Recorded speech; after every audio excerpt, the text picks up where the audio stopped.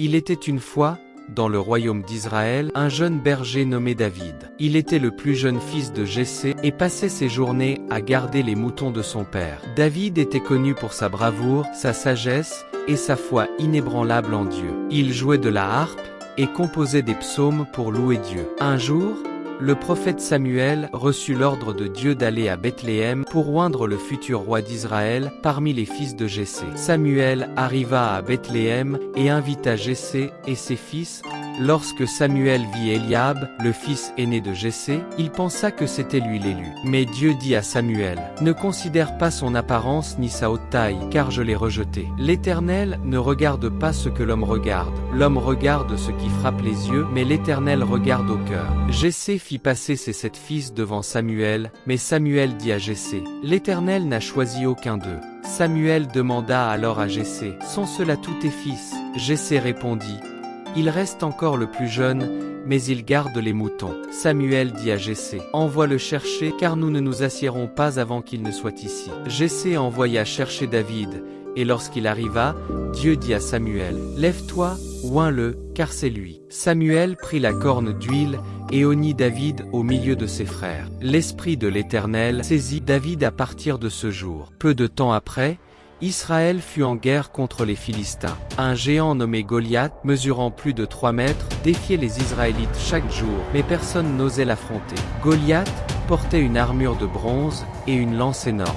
Il se moquait des Israélites et de leur Dieu, les défiant de lui envoyer un champion pour le combattre en duel. David, apportant des provisions à ses frères sur le champ de bataille, entendit le défi de Goliath. Il fut indigné par les insultes de Goliath envers Dieu et les Israélites. David demanda, « Qui est donc ce Philistin, cet incirconcis, pour insulter l'armée du Dieu vivant ?» Ses frères se moquèrent de lui, mais David persista et fut amené devant le roi Saul. David dit à Saul, « Que personne ne se décourage à cause de ce Philistin. Ton serviteur ira se battre avec lui. » Saul répondit, « Tu ne peux pas aller te battre contre ce Philistin, car tu es un jeune garçon, et lui, il est un homme de guerre depuis sa jeunesse. » Mais David raconta comment il avait tué un lion et un ours pour protéger les moutons de son père, et il ajouta, l'Éternel, qui m'a délivré de la griffe du lion et de la patte de l'ours, me délivrera aussi de la main de ce Philistin. Saul dit à David, va, et que l'Éternel soit avec toi. Saul voulut armer David de son armure, mais David n'était pas habitué à porter une armure et préféra s'en passer. Il prit sa fronde, choisit 5 pierres lisses dans le torrent et s'avança vers Goliath. Goliath, voyant David, se moqua de lui et dit, suis-je un chien pour que tu viennes à moi avec des bâtons? David répondit, tu viens à moi avec l'épée, la lance et le javelot, mais moi, je viens à toi au nom de l'Éternel des armées, le Dieu des troupes d'Israël que tu as insulté. David courut vers Goliath, prit une pierre dans sa poche, la mit dans sa fronde, et la lança avec force. La pierre frappa Goliath au front, et le géant tomba face contre terre. David courut vers lui, prit l'épée de Goliath, et le tua avec. Ainsi, David vainquit Goliath avec l'aide de Dieu, et les Philistins furent mis en déroute par les Israélites. Après cette victoire, David devint rapidement un héros national. Sa popularité grandit, et il fut invité à la cour du roi Saul.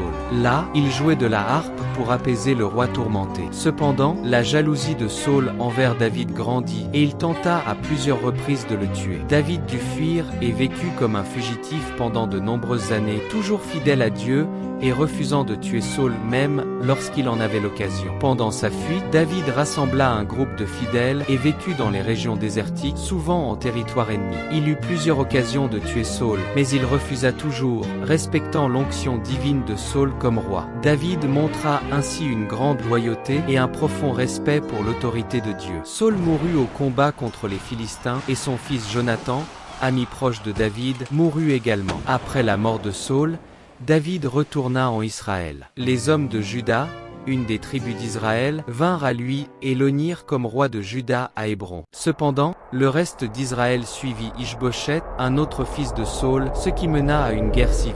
Après plusieurs années de conflit, Ish-Bosheth fut assassiné, et les tribus d'Israël vinrent à Hébron pour reconnaître David comme roi de tout Israël. David fut alors intronisé roi d'Israël et de Juda, unifiant ainsi les tribus. Il établit Jérusalem comme capitale et y fit transporter l'arche de l'Alliance, faisant de la ville le centre religieux et politique du royaume. En tant que roi, David conquit de nombreux territoires et étendit les frontières d'Israël. Il était un roi juste et pieux, bien que, comme tout être humain, il ait commis des erreurs. L'une des plus notables fut son péché avec Bathsheba, la femme d'Uri. David se repentit sincèrement de cette faute, et bien que cela ait eu des conséquences graves pour lui et sa famille, il chercha toujours à se rapprocher de Dieu. L'histoire de David nous enseigne que la foi, le courage et l'humilité peuvent nous aider à surmonter les plus grands défis. Peu importe notre origine ou notre statut, avec une foi sincère et une détermination inébranlable, nous pouvons accomplir de grandes choses.